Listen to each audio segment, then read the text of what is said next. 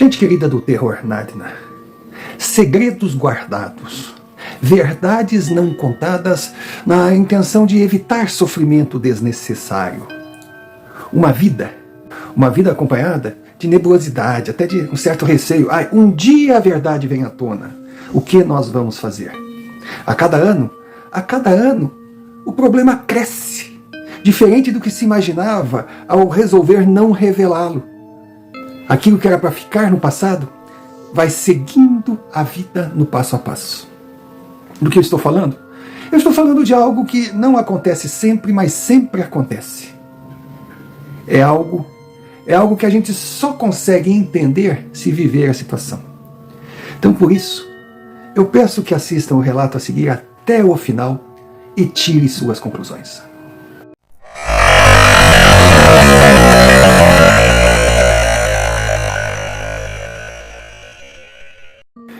Senhor Romário, meu nome é Daniele. Daniele, uma menina, como é que eu vou lhe dizer? Normal, porém estranha. Hoje já com os meus 45 anos, eu consigo enxergar melhor a Daniele no período da minha infância. Claro, com a maturidade, com o aprendizado que a vida me trouxe para poder olhar e analisar de forma diferente, mais racional, tudo aquilo que eu vivi, eu tenho condições de criar um arquivo, colocando em algumas gavetas realmente situações graves, pesadas, que mereceriam uma atenção melhor e infelizmente não tiveram. Outras manias de criança. Eu era uma menina, como é que eu vou lhe dizer? Hoje eu sei, para feia não servia, mas me achava horrorosa. A última das últimas. Eu realmente era a personificação do síndrome vira-lata. Eu era mais feia, mais desajeitada, as minhas roupas eram ridículas, eu era introvertida, introspectiva. E além disso, tinha aquelas doençazinhas chatas, as ites da vida. Eu tinha uma renite que era constante, principalmente por viver numa área rural, numa cidade muito pequena, e com a presença de tudo que faz bem para a renite, deixa a renite mais forte, mais corpulenta. Então eu tinha poeira, eu tinha sujeira, eu tinha animais, eu tinha pólen.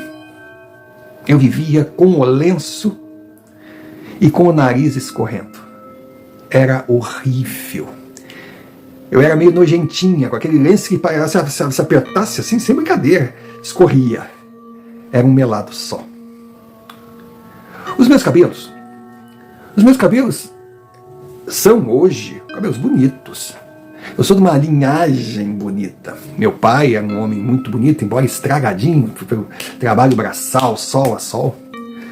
A minha mãe também era uma mulher que eu olhava para ela hoje, na lembrança que me vem, e fico pensando, se essa mulher tivesse tido uma vida menos dolorida e tivesse um banho de loja e de salão de beleza.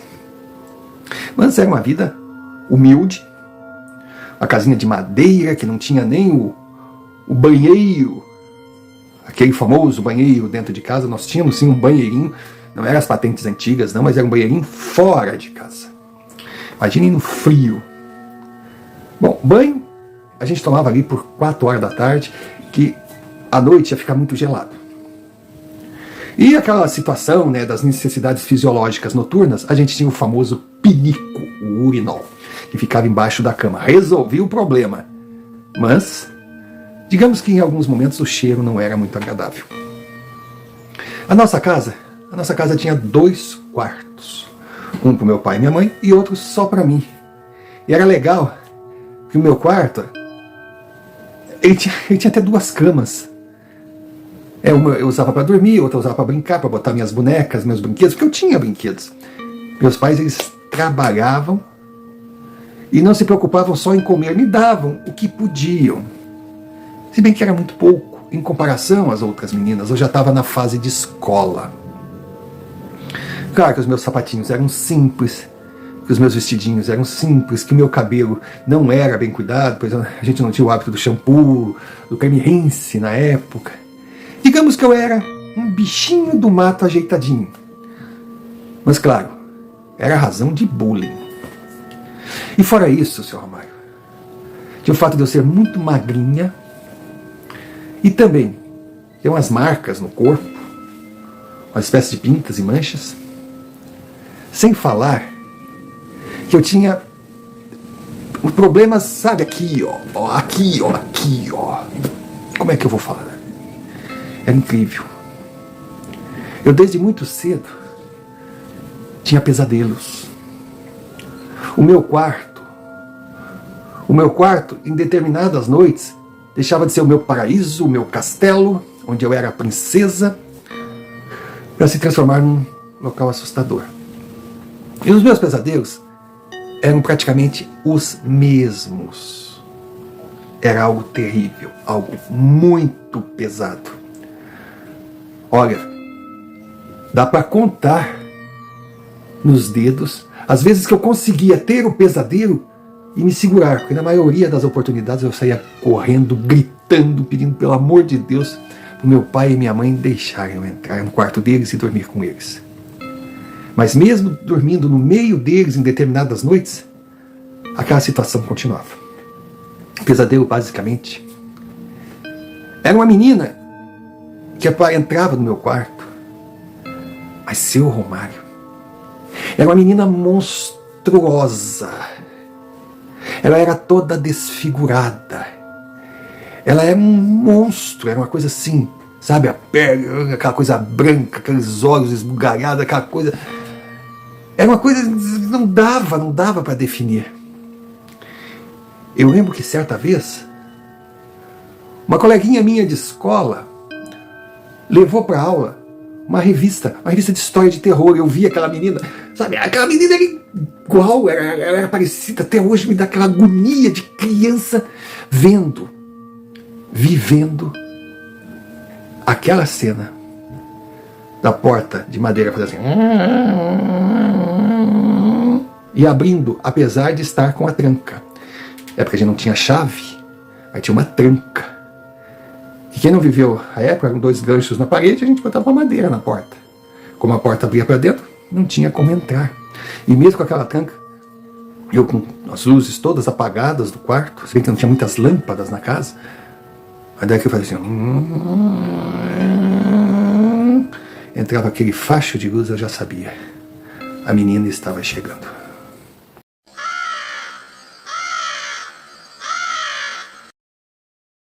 E para não perder o costume, aqui estamos nós, mais uma vez, uma pausa para um pedido que é importantíssimo, é fundamental para nós. Você que já é um Nadna, está acostumado, você que está chegando, legal o primeiro contato, mas por favor, não avance o vídeo, escute. Nós estamos aqui para pedir ajuda a vocês, é muito importante. Basicamente, se inscrever se não está inscrito, deixar o like, comentar e hypar. Com essas 4 iniciativas, vocês estarão registrando a presença no canal e impulsionando o Terror Nadna. Nós precisamos continuar a crescer, agora está faltando pouco. Já estamos com 871 inscritos, faltam só 129 para alcançarmos finalmente os 1000 exigidos pela plataforma para que o canal seja monetizado. Então nos ajude. O comentário pode ser só um oi, um emojis, mas marque sua presença, ajude. E claro, se achar que a gente merece, QR Code está na tela, como também está a chave do Pix. Envie um Pix. Qualquer valor será bem-vindo. Você pode escolher o caminho ou via QR Code ou diretamente pela chave. E se for daquele grupo que nos ajuda enviando suas experiências via e-mail, o e-mail que está aqui na tela, muito obrigado mesmo. Que são suas experiências o combustível que move a engrenagem. Dado o recado, voltemos ao relato. Seu Romário, eu só botava os olhos para fora, assim. Eu me arrepiava toda. Eu não conseguia gritar, não conseguia nada. E aquela criança ia entrando no meu quarto. Ia entrando. Quanto mais perto ela chegava, mais eu sentia aquele cheiro, mas era um cheiro de podre, sabe? Carne podre, sabe? Carniça. E ela era muito feia, não sei se ela era um monstro, ela era toda deformada. Aí quando ela chegava perto de mim, mas bem perto, assim. Eu senti o seu hálito, o seu bafo, aquilo era de dar ânsia de vômito, ela fedia.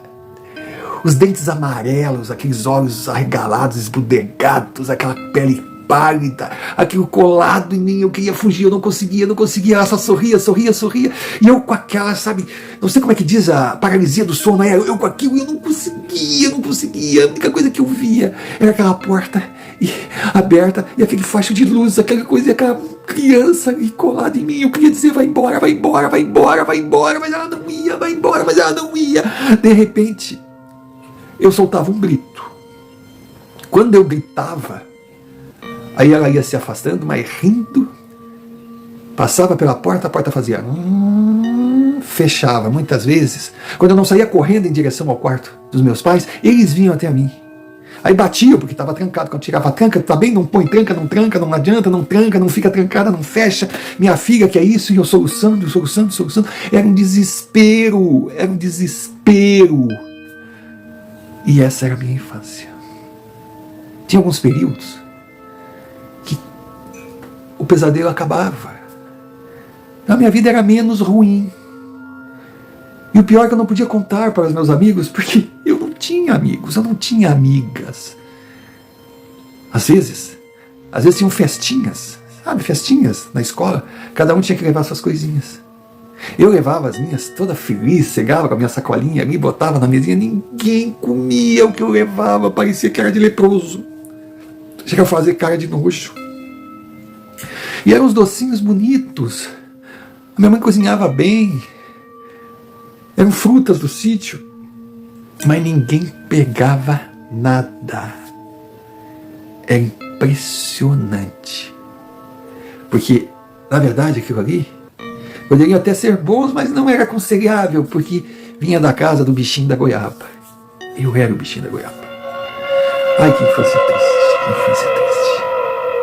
Que lembranças horríveis. Como eu pensava em sumir. Eu só conseguia me sentir bem quando eu estava dentro do meu quarto. De tarde, com a janela aberta, com as luzes, com calor. Ou então quando eu estava com a minha mãe na cozinha, ou brincando com meu pai. Ali era bom, mas faltava amizade. Sabe? Faltava aquela amiga que eu pudesse conversar, falar sobre mim. Faltava, era muito triste. E a tal da rinite. Tantas vezes eu ouvi, sabe, comentários com sarcasmo, com deboche, que doíam. Teve uma dessas festinhas que eu levei as minhas coisinhas, e aí tinha um doce que a minha mãe fez, assim, era incrível, além de lindo. Sabe, era uma delícia, um doce de laranja. Minha mãe era gênio na cozinha.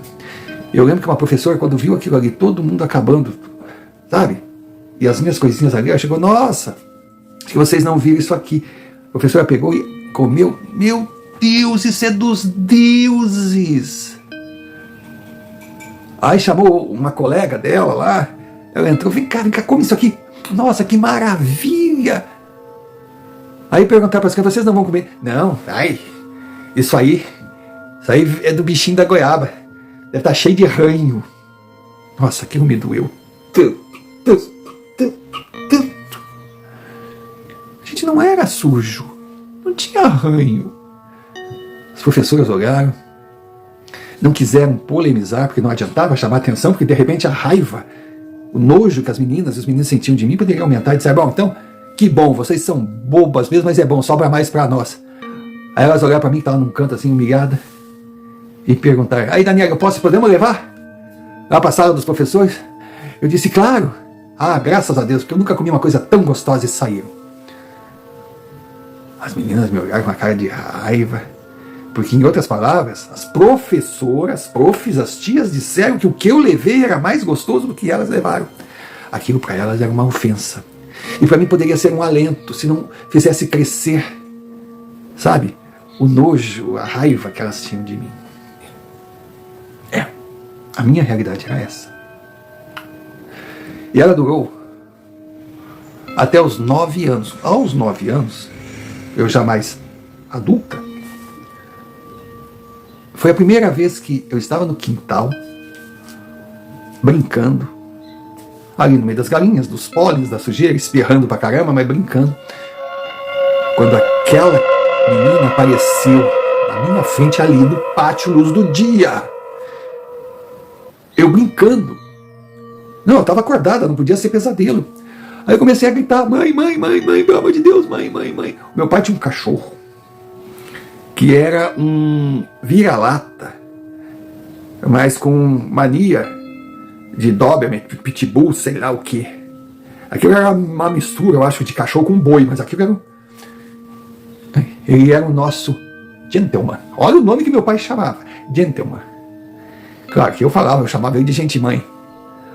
E o gente-mãe começou a latir, latir, latir. Eu nunca tinha ouvido o gente-mãe latir daquele jeito, porque ele é doce. Eu desde criança fazia o que queria com ele. Desde criança, olha só, fazia o que queria com ele. Era um boi mesmo.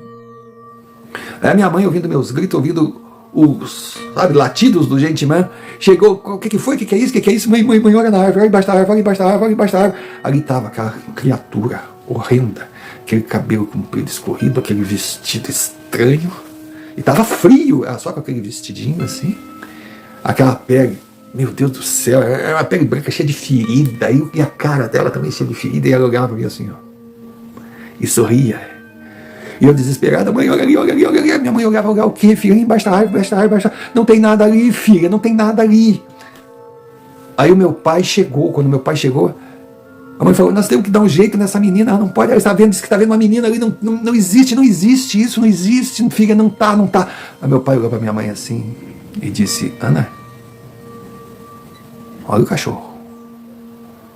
Eles enxergam o que a gente não enxerga. E o gente-mãe estava, se esgoelando, latindo. Só que ele não ia, ele tinha medo de chegar. Ele latia e ficava do meu lado e tinha medo de chegar. Meu pai chegou nele, entendeu? E disse para minha mãe, leve ela para dentro de casa, não deixe ela brincando aqui. Mas eu percebi que ele ficou cismado, que ele também não enxergou nada. Mas algo tinha. Algo tinha. Algo tinha, e não demorou muito tempo. A mesma cena. Eu na cozinha. Eu estava lavando a louça para minha mãe. E ela estava fazendo outras coisas lá, que tinha a mesa, tinha tudo ali, entendeu? Era pequenininho, mas bem divididinho. E aquela louça da minha mãe, nossa senhora, ela defendia com unhas e dentes. E meu pai estava lá fora, como sempre, mexendo numa coisa, mexendo noutra. Quando de repente eu peguei um daqueles pratos, né? Que a minha mãe só colocava em momentos especiais, e lembrando, era um domingo. Ela estava toda feliz, o dia estava bonito, nós estávamos lá. Quando eu virei, depois de secar para botar em cima da mesa, ali estava ela. Mas colada em mim. Colada em mim. E engraçado é assim, eu estava lavando a louça e senti aquele cheiro de podre. E quando eu virei, ela estava cara a cara comigo. Eu dei um berro, mãe, e plaft! Caiu aquilo tudo. A minha mãe entrou, o que é isso? Ai, meu prato, o que tu fez? O que tu fez, minha filha? O que tu fez? Eu digo, mãe. E aquela coisa colada em mim, ela abria a boca assim, aqueles dentes, aquela podridão fazia assim. Eu digo, mãe, me ajuda, mãe, me ajuda. E veio meu pai. O que é isso? Foi quando ela disse pra mim assim, se eu não posso, você também não pode. E deu aquela risada. E eu gritei, mas eu não te fiz nada. O que eu te fiz? Eu não te fiz nada, eu não te conheço. Por que se eu não posso?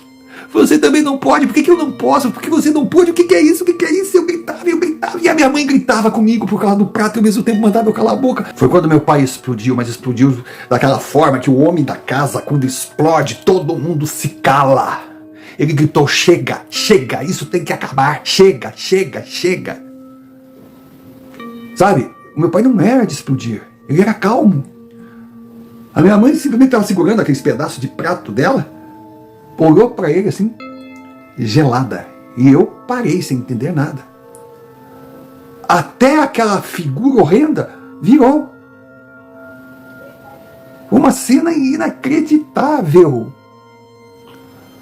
Sabe, o gente, que estava lá fora, latindo, ele foi para debaixo da casa, assim. E meu pai gritando, chega, isso tem que acabar. Isso vai acabar aqui. Gabriele, deixe a sua irmã em paz e siga seu caminho. A minha mãe deu um grito: você tá louco? Eu olhei: mas quem é Gabriela? Minha mãe: ninguém. E o meu pai gritando: chega dessa mentira, chega. Ela tem que saber, ela merece saber. A minha mãe se descontrolou, surtou, foi chorando pro quarto. Meu pai foi atrás.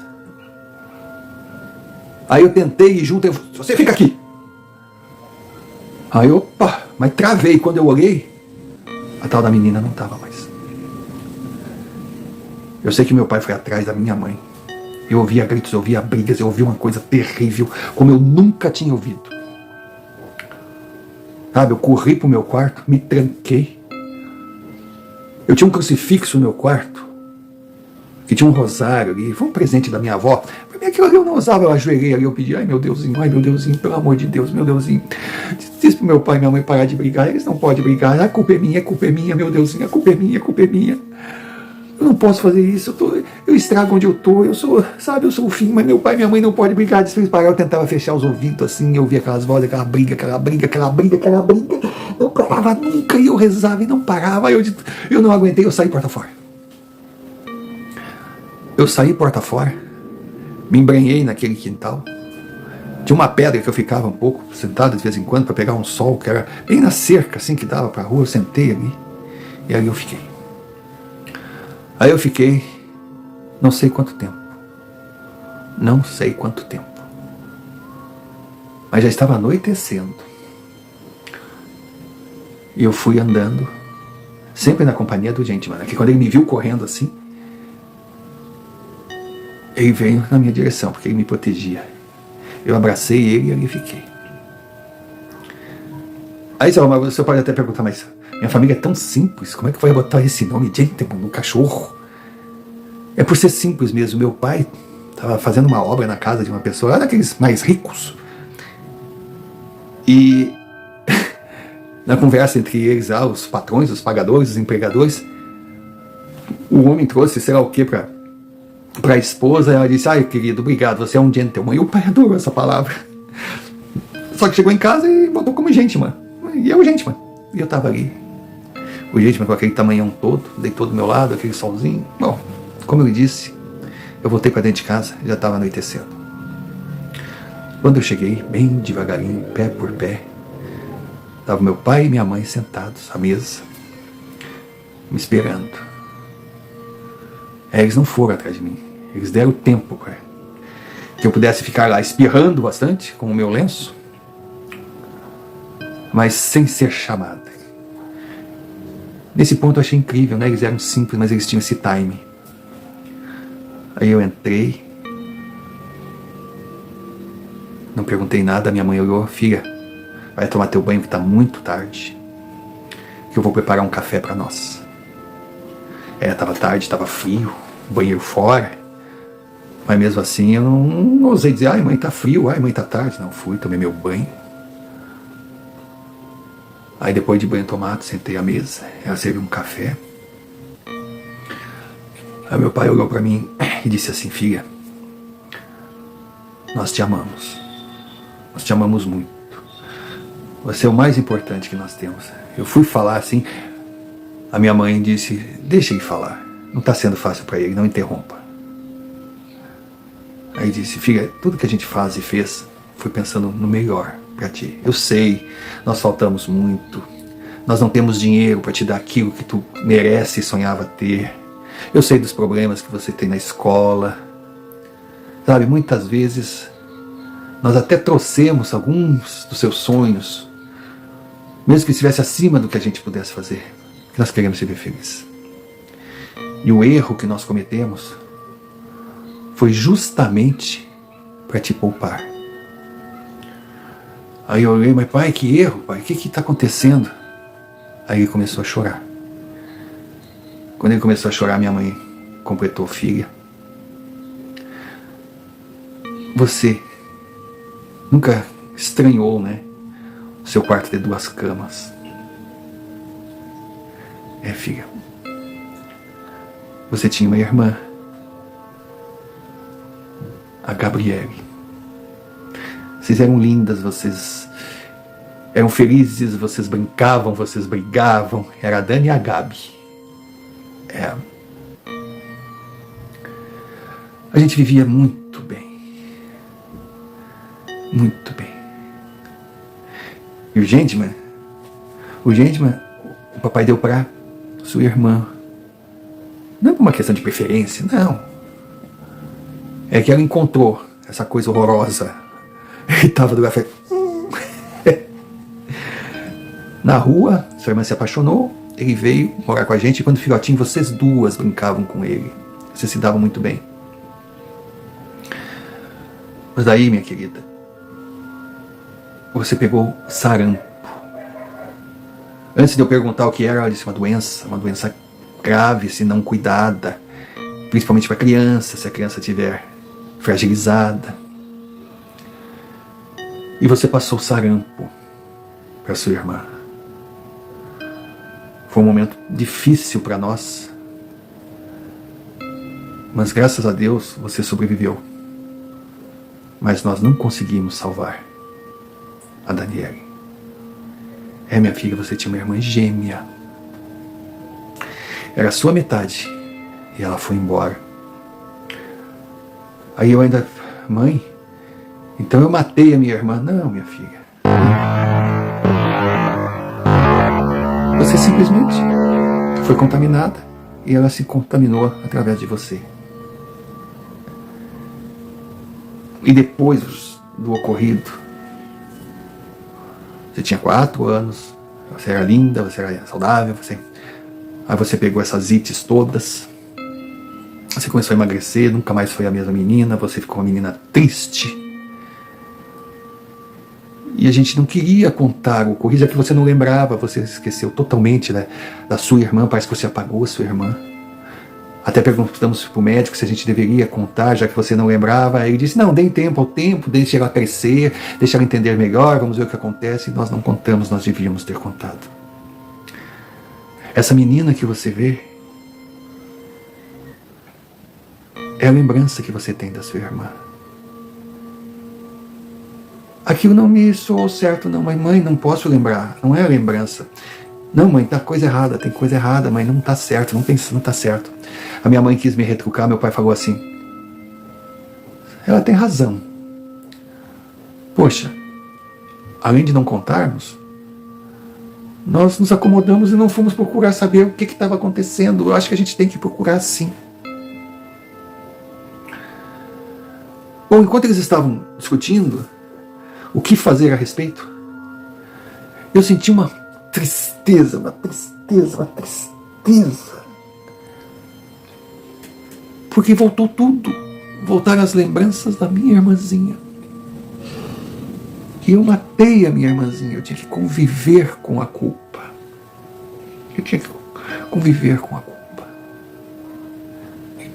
Mas, poxa, eu não conseguia nem lembrar. Eu não fiz de propósito, mas eu tinha que conviver com a culpa. Foi triste. Aquela semana nem na escola eu fui. Eu estava muito mal.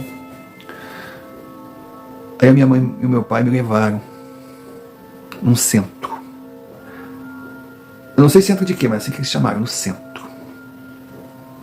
Chegando lá, uma casa pequena de madeira, muitas pessoas reunidas, pessoas vestidas, aquelas mulheres com os vestidos brancos, aqueles homens todos de branco, dançando, aquele cheiro, um cheiro até gostoso, uma fumaça, depois eu fui saber o que era incenso, sei lá, tinha todo um batuque, toda uma coisa. Aí eu fiquei no meio daquela gente, mas eu não sentia medo não, elas dançavam, elas circulavam, eu não sentia medo. E aquele senhor na minha frente, de repente, virou assim, sabe, contorceu os olhos e coisa. Aí alguém me deu medo, a mãe disse assim, fique tranquilo, ele está recebendo. Eu digo, mas recebendo quem? Fique tranquilo, deixa acontecer. Aquilo para a criança era muito pesado. Mas não era assustador, era incompreensível. Aí depois de uma série de movimentos, uma coisa estranha, aquele senhor olhou comigo com muita paz e disse, tudo bom, menina? Ai, que voz gostosa. Era uma voz diferente do homem que estava falando comigo até então. Eu digo, tudo bem, e o senhor? Você está sofrendo, né? Eu digo, tô. Você está se sentindo culpada com o que aconteceu com a sua irmã? Eu digo, sim. Como o senhor sabe? Você quer conversar com a sua irmã? Eu digo, eu quero, mas ela não conversa comigo. De repente, seu Romário, entrou eu naquela sala. Era eu. O mesmo vestido daquela criança toda monstruosa que eu via antes. Mas eu não vou dizer que era uma menina linda, mas era uma menina igual a mim. Parecia que eu estava me olhando no espelho, era eu. E ela entrou. Aí eu olhei para ela, levantei. Meu pai e minha mãe estavam ali, eles não estavam enxergando nada, não estavam entendendo nada, mas eu estava vendo. Aí aquele senhor disse, Gabriele, essa é sua irmã. É sua irmã gêmea. Aí olhou para mim, Daniele, conheça a sua irmã, Gabriele. Vocês são irmãs unidas para todo sempre. Uma não está mais nesse plano, a outra está. Mas, Gabriele, por que você guarda a mágoa da sua irmã? Aquela menina disse, a culpa foi dela. Antes de eu querer me defender, ele disse, não, Gabriele, não existem culpados. Cada um tem um caminho a seguir. Vocês sofreram da mesma doença, mas quis o destino que ela continuasse aqui e que você partisse. Eu não vou pedir nem que você perdoe a sua irmã, porque ela não tem pelo que ser perdoada, porque ela não tem culpa, ela não tem responsabilidade. Eu peço a você que apenas entenda, a sua irmã não causou a sua morte, mas você está trazendo dor e sofrimento para ela por não entender como funciona a nossa existência aqui nesse plano. Eu ouvi aquilo e eu olhava só para a minha imagem ali na minha frente. Aí Gabriel perguntou, por que o senhor a defende? Ele disse, eu não estou defendendo. Estou apenas falando a verdade. E esses seres que estão em torno de você, enchendo seu coração de ódio e desejo de vingança, eles sim estão mentindo para você. Foi quando aquele senhor disse, você quer ver como a sua vida será melhor? Livre-se desses monstros. Saiam agora. Aqui. Nesse plano, vocês não são nada. Saiam, eu repreendo vocês. Saiam, espíritos do mal. Saiam, saiam, saiam. Seu Romário, aquilo começou a tremer. E eu comecei a enxergar naquela menina, em torno daquela menina, umas figuras, uma coisa. Eu não consigo definir, eu também não quero nem pensar muito, eu não quero voltar àquilo. Não quero. Já faz muitos anos, eu não quero mais reviver. Aí às vezes eu pensava, não vou contar essa história, não vou passar, que vai voltar tudo, mas não, eu tinha que enviar, eu tinha que jogar para fora isso, eu tinha que tornar público, seu Romário. Foi horrível. Aqueles monstros circulavam, era uma coisa escura, era deles que vinha o cheiro, e aquele senhor firme, mas numa tranquilidade, numa força, saiam.